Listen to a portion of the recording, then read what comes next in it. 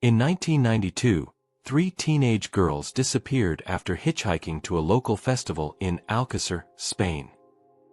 Their bodies were later found in a remote area outside the town. The crime shocked the country and quickly became one of Spain's most disturbing criminal cases. One suspect was arrested, tried, and convicted. Another suspect, Antonio Anglés, fled during the investigation and was never found. More than 30 years later, he remains missing, and key questions about what really happened have never been fully answered. The girls were 14-year-old Miriam García, 14-year-old Toñi Gómez, and 15-year-old Desirée Hernández. They lived in Alcàsser, a small town near Valencia.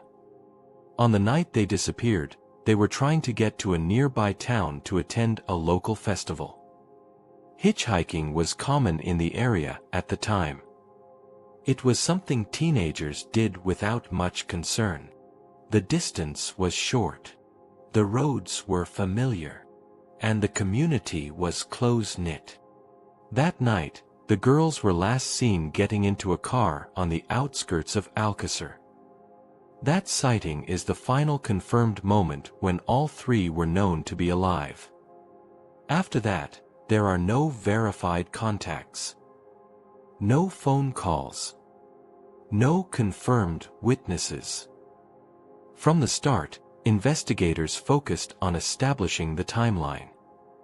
Where they left from, when they were last seen, and how far they could have traveled in that window of time. What matters here is not what people later assumed. What matters is what can be confirmed.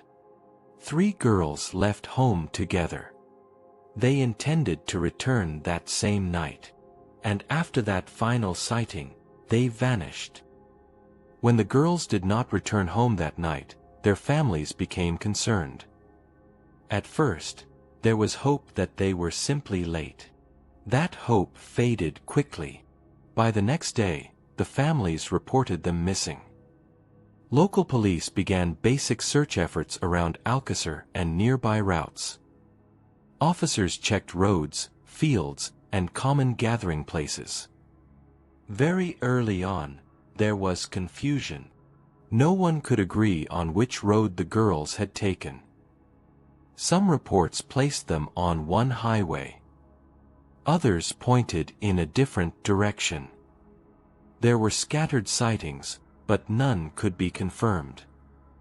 No license plate was recorded. No vehicle description could be verified. Information moved slowly. Some tips came in late. Others were passed between agencies without follow-up. In those first critical days, there was no clear picture of what had happened. Investigators had no solid leads. They could not confirm who picked the girls up. They could not confirm where that car went. And they had no immediate suspect. What began as a missing persons report was already slipping out of control. The timeline was uncertain. The route was unclear. And with every passing hour, the chances of a quick resolution were fading. 75 days after the girls disappeared, the search took a decisive turn. 2 beekeepers were working in a remote area near La Romana, several miles from Alcàsser. While moving through the terrain, they noticed signs that something was wrong. They alerted authorities. Police arrived and confirmed that human remains were present. The bodies were later identified as the 3 missing girls. The location was isolated, far from homes, far from regular traffic. It was not a place someone would reach by accident. The discovery immediately changed the case. This was no longer a missing persons investigation. It was now a homicide investigation with national attention. Police began forming early conclusions. They believed the girls had been abducted, transported, and killed. From that moment on, the focus shifted to finding who was responsible. But even with the discovery, critical details were still missing. There was no clear picture of how the girls were taken. No confirmed vehicle, and no confirmed suspect. The case had moved forward, but it had not become clearer. As the investigation moved forward, police focused on building an official account of what had happened. That account began with the arrest of Miguel Ricart. Ricart was taken into custody and questioned by investigators. During those interrogations, he gave a detailed confession. He described how the girls were abducted. He described what he claimed happened afterward. In his statements, Ricart did not place himself alone. He implicated another man, a man already known to police. That name was Antonio Anglés. According to Ricart, Anglés played a central role in the crime. Police accepted this version of events and structured the case around it. Ricart's confession became the foundation of the official theory. What mattered most to investigators was what Ricart said. What they could align with physical evidence. And what they believed could hold up in court. But there were limits. Some parts of Ricart's account could not be independently confirmed. Other details depended entirely on his word. Despite those gaps, the case moved forward. Authorities now had a narrative. They had a suspect in custody. And they had identified another suspect who was no longer there. From that point on, the investigation followed that framework. Even as unanswered questions remained beneath it. As police built their case around Miguel Ricart's confession, attention shifted to the second name he gave. Antonio Anglés was already known to authorities. By the time investigators moved to arrest him, he was gone. Anglés disappeared during the early phase of the investigation. Police issued alerts and expanded their search beyond Alcàsser. What followed was one of the largest manhunts in Spain at the time. Roadblocks were set up. Ports were monitored. Officers tracked reports from multiple regions. Sightings began to come in. Some placed Anglés on back roads. Others claimed he had been seen near the coast. None of these reports could be fully confirmed. Investigators outlined a possible escape route. They believed Anglés moved quickly. They believed he used familiarity with the area to avoid detection. There were reports that he may have boarded a ship. There were claims he crossed borders. Each lead was followed. None resulted in an arrest. Despite the scale of the search, Anglés was never found. For police, the disappearance raised a critical question. How does a man with his background and visibility vanish during such an extensive operation? That question has never been answered. And from that moment on, the case carried two parallel realities. One suspect in custody, and one suspect missing, with no verified trail to follow. As the search for Antonio Anglés continued, the case moved beyond police work. It entered the media. And once it did, it never left. Television coverage became constant. News programs returned to the case day after day. Details were repeated. Speculation filled the gaps. Some broadcasts went further. They staged reenactments. They presented theories as visuals. And those visuals stayed with the public, even when the facts were not settled. Families were brought on air. They were asked to relive events in real time. They were pressed for reactions. Grief became part of the broadcast cycle. At the same time, information began to leak. Some of it came from unofficial sources. Some of it was never verified. But once it appeared on television, it was treated as fact. Rumors moved faster than corrections. Inconsistencies were smoothed over, and the focus shifted from questions to conclusions. A single version of events began to take hold. For investigators, this had consequences. Once a narrative was established in public, it became harder to challenge. Evidence was interpreted through that lens. Contradictions were explained away. The case was still active, but in the public mind, it was already solved. And from that point forward, the official story did not just guide the investigation. It constrained it.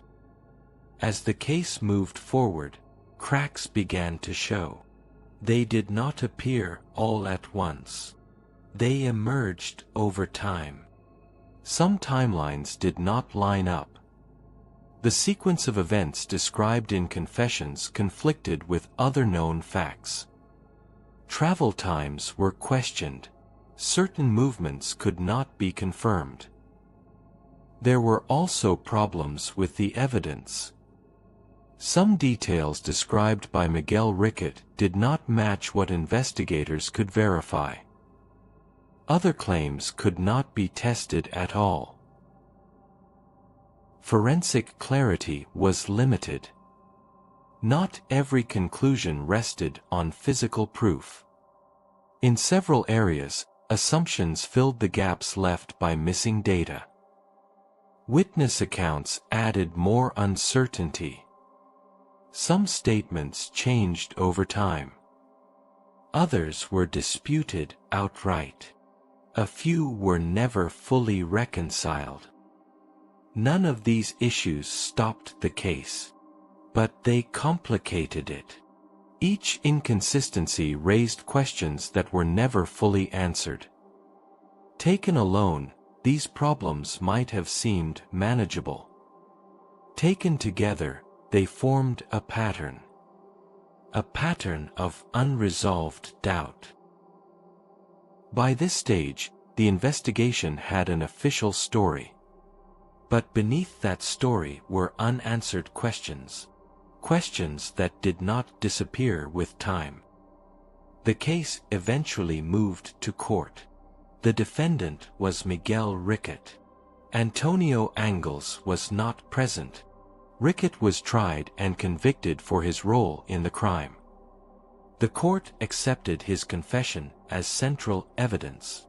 It accepted the prosecution's version of events. Judges focused on what could be proven within the courtroom record. They evaluated statements, reports, and expert testimony. They weighed what was admissible under the law. Other elements were excluded. Some questions were ruled outside the scope of the trial. Some inconsistencies were acknowledged, but not resolved. Anglés was never tried. Without an arrest, there could be no case against him in court. His alleged role remained part of the record, but not part of a verdict. With Ricart's conviction, the legal process reached an endpoint. For the justice system, the case was closed. But legal closure is not the same as factual closure. A conviction answers who was punished. It does not answer every question about what happened. Some evidence was never tested in open court. Some contradictions were never fully examined. And one of the central figures was never heard from again. On paper, the case was finished. In reality, it was not. Today, the Alcàsser case exists in a fixed state. On paper, it is finished. Antonio Anglés remains officially wanted. There have been no confirmed sightings. No verified location. No physical trace that can be tested. Over the years, tips have surfaced. Some were investigated. Others led nowhere. None produced evidence strong enough to reopen the case in full. There has been no new arrest, no new trial, and no official revision of the original conclusions. For authorities, the legal outcome still stands. Miguel Ricart was convicted. The case remains closed in court records. But closure on paper does not resolve unanswered questions. It does not explain how one suspect vanished. It does not resolve the inconsistencies left behind. And it does not account for evidence that was never fully tested. Decades later, the facts remain the same. One man served time, another disappeared, and the truth of what happened that night has never been fully settled. What do you think really happened? One man was convicted based on what he said. Another man disappeared before he could ever be questioned. No court heard his version. No jury weighed his role. And no authority has ever explained how he was able to vanish. If one man confessed and another disappeared, what part of this story was never meant to be solved?